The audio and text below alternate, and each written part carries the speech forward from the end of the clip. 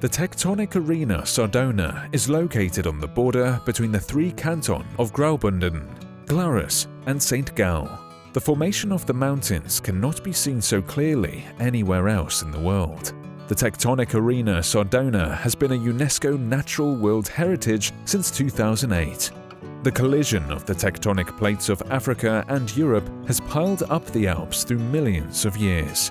In the process, around 250 to 300 million-year-old layers of rock have been pushed over rocks that are only 35 to 50 million years old. Glaciers, wind and weather have shaped the valleys on the surface, exposing the overthrust. Therefore, the mountain peaks that are visible today are older than the rock below. Typically, it is exactly the other way round. The mountains stand upside down here, so to say. This overthrust of rock naps can be observed particularly well along the so-called Glarus overthrust. A razor-sharp line is visible in the rock faces of the mountain peaks around Piz Sardona. This magical line, the well-known Martin's Loch and other exciting natural phenomena in connection with the formation of the Alps can be discovered, for example, on a guided hike with a GeoGuide Sardona.